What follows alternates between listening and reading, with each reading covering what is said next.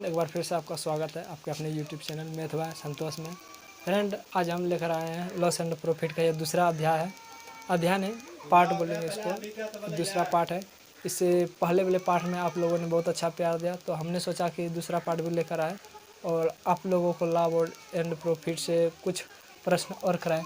तो इसी में देखिए, मेरा पहला प्रश्न है कि एक वस्तु का विक्रय मूल्य इसके क्रय मूल्य का 4/3 गुना है।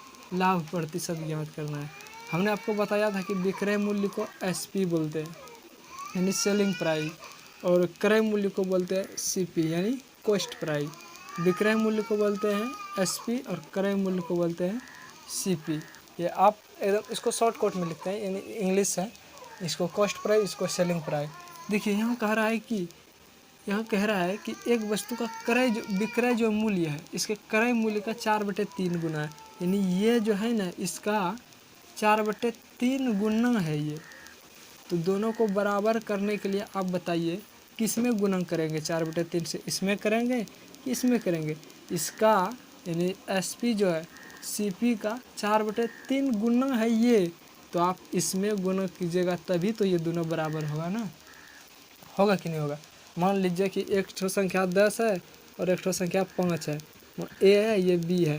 हम कहेंगे कि ए जो है बी का 2 गुना है। 2 गुना है ना। आप बोलिए दोनों को बराबर करने के लिए इसी में तो गुना इसी में ना गुना करना पड़ेगा। क्योंकि इसका ये 2 गुना है। जब इसका 2 गुना है तो इसमें भी 2 से गुना कीजिएगा तो 10, इधर भी 10 और इधर भी 10 हो जाएगा, यानी दोनों बराबर हो जाएगा। वही प्रोसेस यहाँ भी है। अब देखिए, ये सीपी किस में है? इधर सीपी किस में है? गुणा में। तो बराबर के दूसरे साइड लाते हैं तो ये भाग में हो जाता है। एसपी बटे क्या हो जाएगा? सीपी। अब बराबर में हो जाएगा 4/3।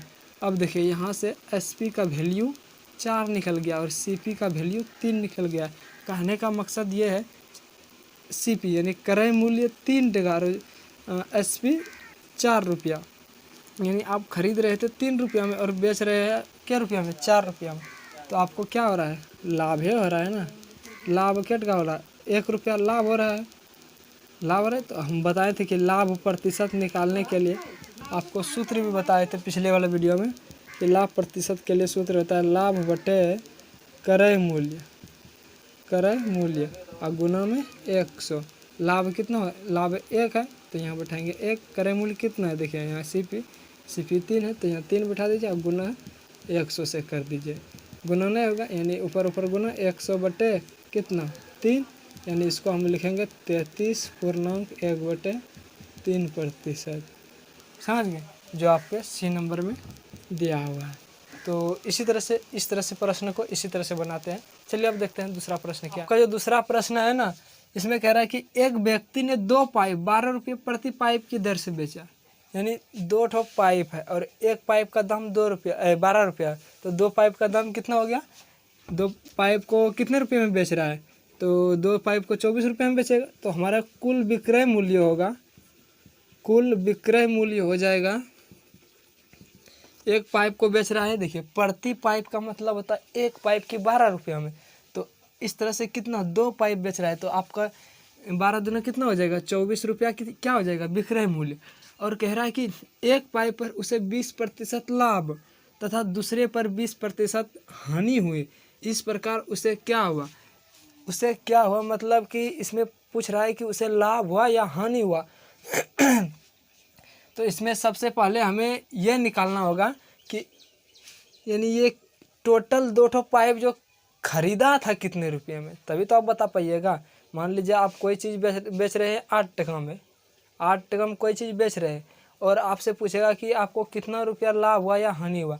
जब तक आप उसको कितने रुपये में खरीदे हैं ये मालूम नहीं रहेगा तो आप बता पाइएगा नहीं। तो सबसे पहले हम वही निकालेंगे।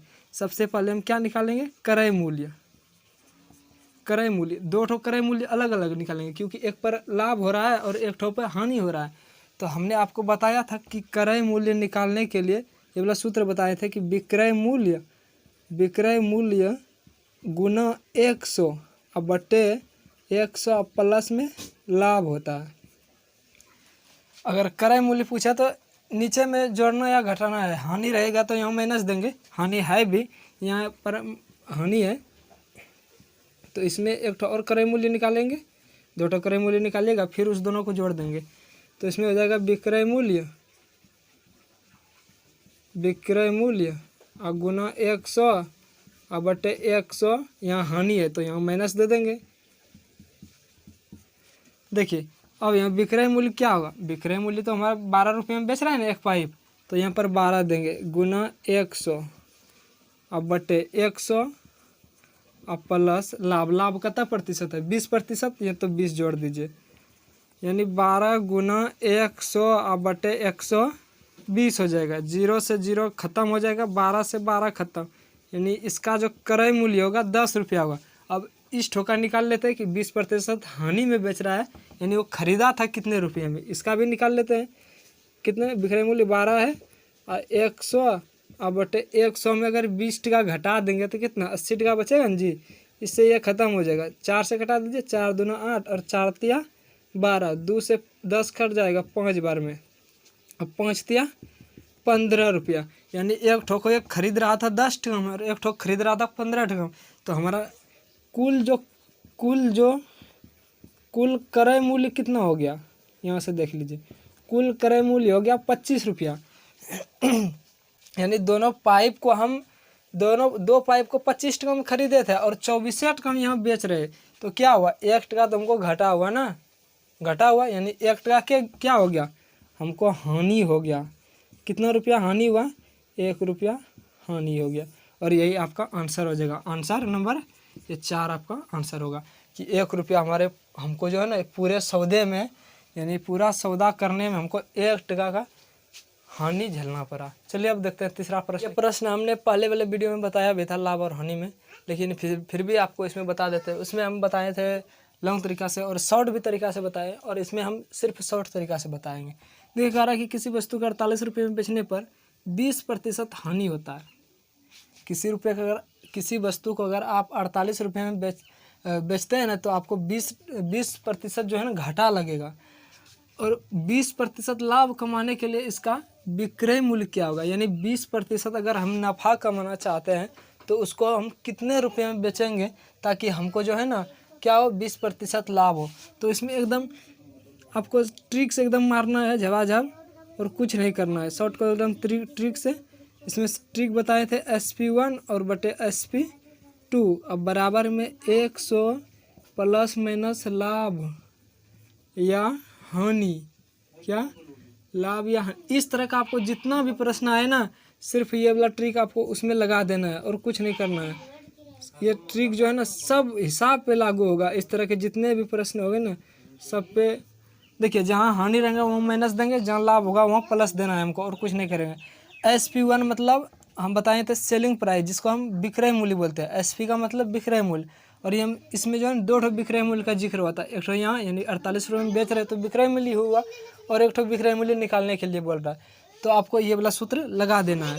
तो देखिए पहला हमारा विक्रय मूल्य 48 रुपया है, तो 48 रुपया यहाँ बैठा दीजिए, समझ गए। अब बड़ा बटे में SP2 नहीं है ना, विक्रय मूल्य निकालने के लिए बोल रहा है, तो SP2 यहाँ पर हम दे देंगे, SP2 दे देंगे।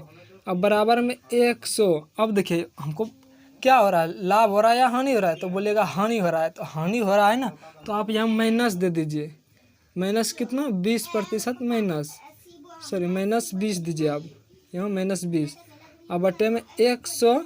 और देखिए इधर क्या कमाना है आपको, लाभ कमाना है, तो यहाँ पर +20 कर दीजिए, यानी 48 बटे SP2 बराबर 100 में 20 घटाएंगे कितना बचेगा, 80 बचेगा। और 100 में अगर 20 जोड़ते हैं तो 120 होगा। 0 से 0 ख़त्म, 8 से 48 कटा दीजिए, बराबर में ऐसे कटता है, आपको ये होना चाहिए 8 छाक 48 6 बार में।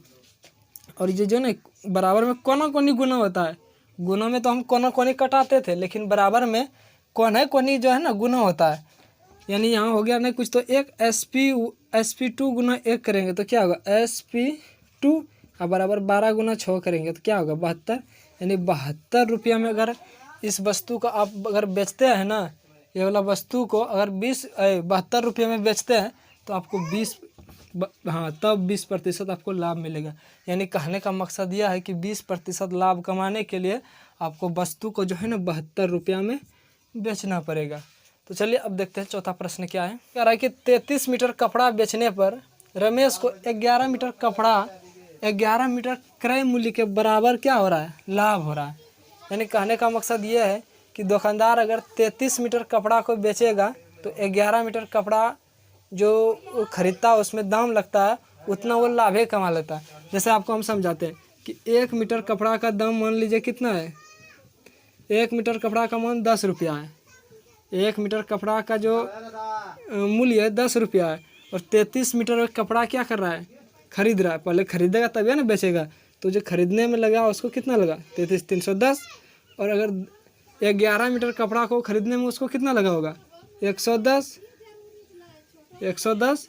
यानी इसको और इसको जोड़ते हैं तो कितना होता है, 444। यानी 33 मीटर कपड़ा को जो वो बेचेगा कितना बेचेगा, 444 रुपया में बेचेगा। तभी तो उसको 11 मीटर कपड़ा के क्रय मूल्य के बराबर लाभ होगा ना। देखिए अगर 330 में ख़रीदा है तो 110 का वो नफ़े कमा रहा है ना। यानी 11 मीटर कपड़ा के 11 मीटर कपड़ा क्रय मूल्य के बराबर लाभ कमा रहा है। तो कहने का मकसद यही है। अब इसको छोड़ दिए। अब देखिए यहाँ है कि लाभ कमा रहा है तो आप लाभ बराबर जो है ना इसमें सूत्र लगा दीजिए। लाभ बराबर सूत्र क्या होता है, विक्रय मूल्य और माइनस क्रय मूल्य। क्रय मूल्य होता है तो देखिए लाभ कितना कमा रहा है, 11 मीटर कपड़ा के क्रय मूल्य के बराबर लाभ उतना कमा रहा है। तो 11 क्रय मूल्य को किस में दर्शाते हैं, सीपी में। अब बराबर विक्रय मूल्य क्या है, विक्रय मूल्य तो 33 मीटर यानी 33 एसपी होगा, 33 एसपी होगा ना। और जब तक वो खरीदे यानी खरीदा भी होगा ना 33 मीटर कपड़ा तो 33 सीपी होगा। यानी लाभ बराबर 11 सीपी बराबर 33 एसपी माइनस 33 सीपी। अब देखिए सीपी वाला जात यहाँ है तो यहाँ भी है, तो इसको जो है ना ये वाला जात को इधर ला लीजिए, 11 सीपी। अब इधर माइनस में तो इधर आएगा प्लस में, 33 सीपी बराबर कितना हो जाएगा, 33 एसपी हो जाएगा। 33 और 11 जोड़िएगा तो 44 सीपी होता है।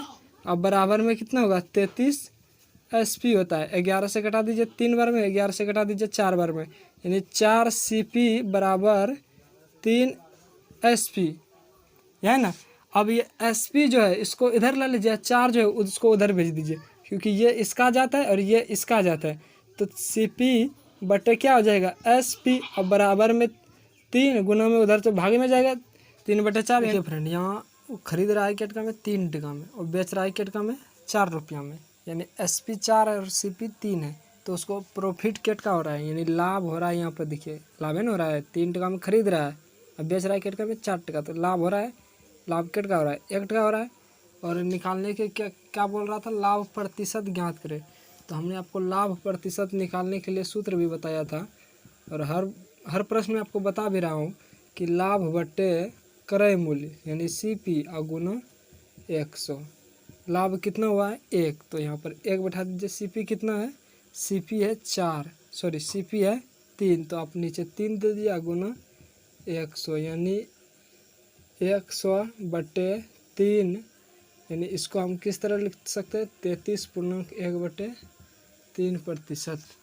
लिखेंगे ना, इससे इसमें भाग देंगे 100 में तो 33 बार में खाएगा और फिर 1 से फल बचेगा और 3 से हम दे रहे हैं, यानी इसको लिखते हैं 33.1/3%। ये इसको लाभ होगा। समझ गए कितना प्रतिशत लाभ होगा, 33.1/3%। आज के लिए बस इतना ही, मिलेंगे अगले वीडियो में, तब तक के लिए जय हिंद।